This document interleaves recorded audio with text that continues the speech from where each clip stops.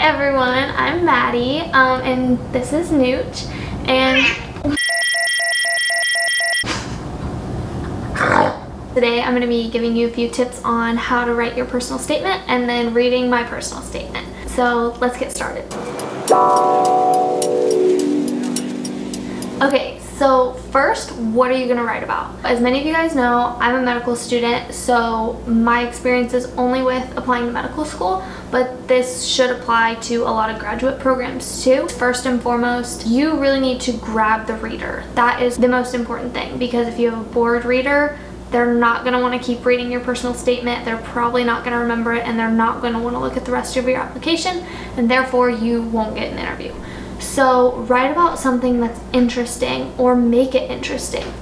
Next, you should write about what has led you down this path. So why do you want to do whatever you're applying to? For me, why do I want to go into medicine? Which you'll see in my personal statement how I kind of tie everything together.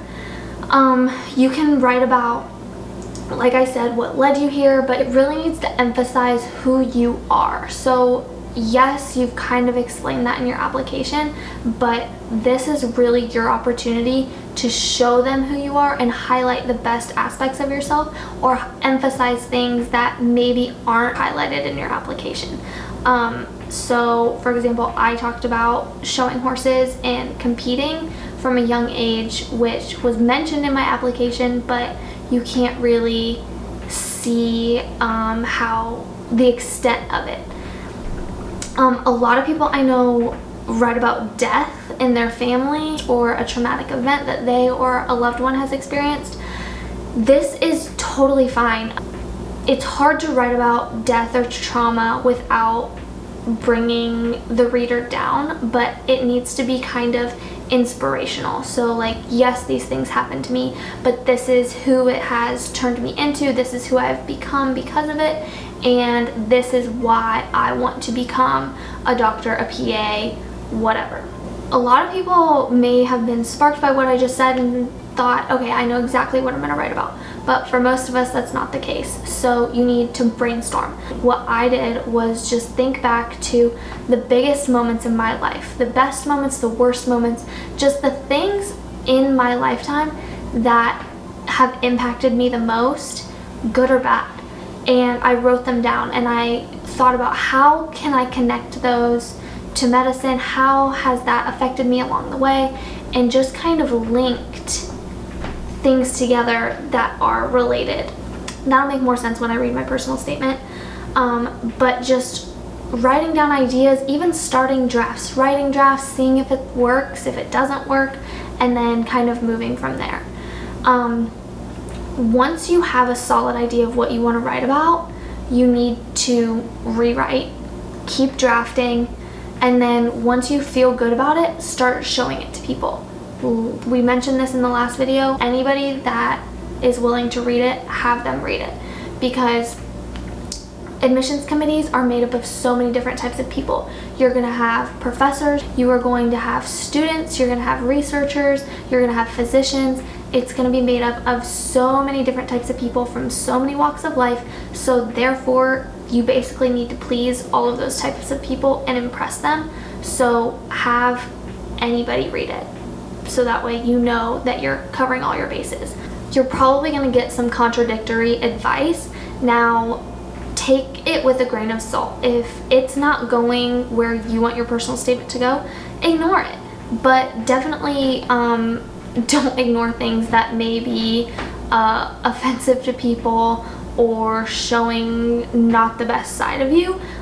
Those should definitely be taken into account. But if it's just somebody saying like, I wish that you would talk more about this, but that's not what you want to talk more about and they don't really have a reason for it, then maybe don't include that. Somebody that was really helpful for me and Chase in reviewing our personal statement were professors from the English department at our university. They are experts in grammar, they're experts in spelling, and they have probably read a lot of personal statements and a lot of papers. So having them read it over literally just for grammar itself is going to be so useful for you. Another thing that Chase and I did just throughout basically the whole application cycle was we got a couple months worth of Grammarly. Grammarly is not sponsoring this video, but it was so helpful for us, especially once the application cycle started. I think we bought it right before, like, we had gotten out of school, but before we had applied. We got Grammarly, so we threw in our end personal statement and just went through that one last time, and then all of our secondary applications we put in there, all of our little paragraphs that we wrote for our application all went in there, just to make sure that everything is nice and polished and it looks good, because the last thing you want is to think that you've written everything great and somebody comes in and reads it and they're like, why are there all these grammatical errors? Why do I want somebody in my program who can't even take the time to reread their essays? So Grammarly was honestly a lifesaver for us. It wasn't super expensive to get for a couple of months, so 10 out of 10 recommend. Okay, so now I'm going to read my personal statement. It's only about a page and a half long. I think for MD it's 5,300 characters including spaces, so this isn't some huge essay that you're having to write. It's not even 2 pages long, so definitely don't try to drag it out and just like you're writing a history paper and you just keep rambling on and on. Don't do that here, because it's going to be obvious. Every word should have meaning and purpose. If you get to what you feel is the end, or you've cut things out and you don't have anything else to say, that's fine. I mean, definitely don't write something that's 3,000 characters, but if you're at 5,000 characters, that's fine. If you're applying DO as well, that has a smaller requirement or a smaller maximum, so it could actually be beneficial for you to write it geared towards DO if you can, and then that way you don't have to worry about cutting down your MD essay. So here we go. Christmas morning when I was 3 years old, I woke up to a letter from Santa telling me to go out to the barn. My parents and I trudged through the snow to find a small brown pony tucked away in a stall. As the days got warmer, I would ride her around in our yard wearing a pink tutu and patent red leather boots. Little did my parents know this present from Santa would set me on a path of endless life lessons. I began competing at age 6 and got my first horse at age 9. He was young and inexperienced, so was I. We improved rapidly and soon won frequently. Eventually, my goals surpassed his abilities. While my friends were getting their driver's licenses, I was getting a new horse. I began traveling 2 hours north to my trainer's barn multiple times per week. Soon, competitions consumed most of my weekends. I only went to high school in the mornings and took classes online to supplement. I practiced my derivatives, wrote my college admissions essay, and studied for my first set of college midterms in the barn aisle between events. There were frustrations along the way, both academically and athletically. Despite this, by the end of my youth career, I'd qualified for the World Championship, ranked top 10 in the country, and won a national title. After I finished competing, I felt a void that needed filling. During the spring semester of my freshman year, I decided to become a certified emergency medical technician in hopes of better understanding my future vocation.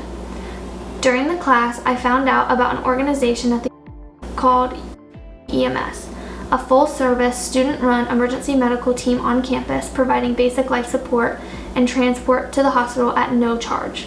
I eagerly applied. The following semester, I learned how to drive the ambulance, write charts, and become proficient with local protocols. My shifts typically consisted of torn ACLs, lacerations, and bicycle accidents. One Saturday on shift, dispatch called us to our third intox of the day. When I pulled up on the scene, the police officer had no tolerance for the patient's uncontrollable sobbing. She couldn't answer our questions, but not because she was too intoxicated. She kept sniffling about her friend and a gun and nobody listening to her, but her words were unintelligible. The crew chief and police officer dismissed her ramblings and discussed her transport options. During this time, I asked her, "What's wrong?" Something no one else had asked. Reluctant at first, she finally told me that she and her friends had been mugged at gunpoint the previous night. I assured her that I believed her, and she hesitantly agreed to go to the hospital. I will never forget her looking up at me and asking, "Will you hold my hand?" I began holding her hand before we loaded her into the ambulance, and she did not let go until she was in her hospital bed. My equestrian skills helped me in that situation, and in turn helped my patient. Horses cannot speak our language, so the rider must listen carefully to their needs. We must use different aids to get our points across, as well as be adaptable when a horse does not understand or gives an unexpected response. My patients are not familiar with medical jargon, and therefore physicians must explain and demonstrate to the patient using everyday terms and analogies. I've learned from horses to let go of outside preoccupations while riding. If I'm stressed or my mind is elsewhere, my horse will be my mirror. A physician cannot give patients proper care if they have an outside issue distracting them. They must be able to put aside their other attentions and focus on patients as individuals. One of my fellow EMS members discovered my passion for riding and suggested I join the university's equestrian team. I became one of the team's first competing members, and before I knew it, I was elected the team's service and fundraising coordinator. Through this position, I became the liaison between the team and the Therapeutic Riding Institute, our long-term service partner. TRI provides equine-assisted therapy to kids and adults with a multitude of disorders. Every member of our team must be a certified side helper who helps make sure the students riding are safe and secure. The first time I assisted at TRI, I was in awe. Seeing people who can barely walk or talk get on a horse and perform various tasks that would be difficult for even the average person just learning to ride was incredible. Getting to know some of the families through this program showed me just how life-changing equine-assisted therapy could be. Being an equestrian, I've learned resiliency, flexibility, and patience. I implement the lessons I learned from riding into my daily life and can integrate it into my medical career. Horses have not only been a sport for my youth, but a passion for my life. The Therapeutic Riding Institute introduced me to an environment where horses and healthcare are deeply intertwined. Through my experiences, I learned that I do not have to pick between horses and a career. I can and will pursue both indefinitely. Okay, so, I think that it's important to note that at the beginning, I was talking about Christmas and Santa and getting a pony and riding around in my bright pink tutu, and the reader's probably like, what's going on? Like, how is she relating this to medicine? And then I end it by, set me on a path of endless life lessons. Life lessons? What is she talking about? So that is what has grabbed my reader and makes them want to read on. It obviously shows some aspects of me that aren't portrayed in my personal statement, and then it's alluding to the fact that it has impacted me and molded me for the rest of my life. I talked about competing and how I was like writing my college admissions essay and learning calc in the barn aisles at competitions, which shows how dedicated I was. There wasn't a spot in the application where I could talk about how I was homeschooled half a day and I was actually like driving to my trainer's that was 2 hours away and riding, and every weekend I was going to competitions. So that really shows my drive and my dedication and my passion, and that cannot be conveyed in the application where I talk about activities that I've been involved in.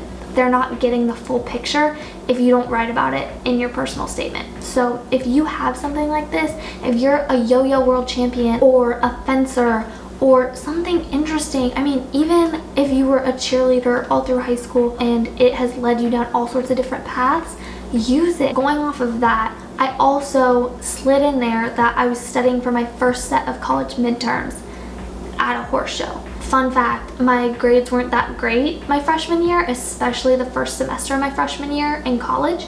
And so I think that it's really important that I slid that in there. I didn't talk about my grades, but hey, I was actually competing at a national level at a world championship during first semester of my freshman year, and then they're like, okay, maybe that's why her grades weren't so good. I think that just bringing everything together is so important. They can see a clear flow of where I started, where I ended up, and where all my passions lie and where my skills lie. I straight up tell them I learned resiliency, flexibility, and patience, and I implement these skills into my daily life. And like, this is what I'm passionate about, but I'm also passionate about medicine, and I feel like I can do both of those for the rest of my life. So this personal statement has really just taken my application, expanded on the parts that maybe are more important to me but weren't as important to the application, and really showed them who I am. I showed them my personality, I showed them my skills, and I showed them my passions. And I think that that is really important, and that's the purpose of what a personal statement is. So just remember that, write about something that you care about. Make sure you really paint a picture of who you are as a person. Make sure you do not have any grammatical issues. Make sure that you have tons of people read it. I think I had like 15 or 16 drafts. I know Chase had like 24 or 25 drafts.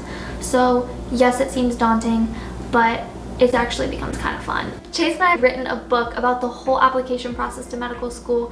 There's a whole chapter about writing your personal statement, so that is linked in the description box down below. Definitely check that out. If you like this video, please give it a thumbs up because it really supports our channel. And if you like videos like this, subscribe to our channel so you can get notifications for more videos like this. If you have any questions, leave a comment down below, and I will see you next time.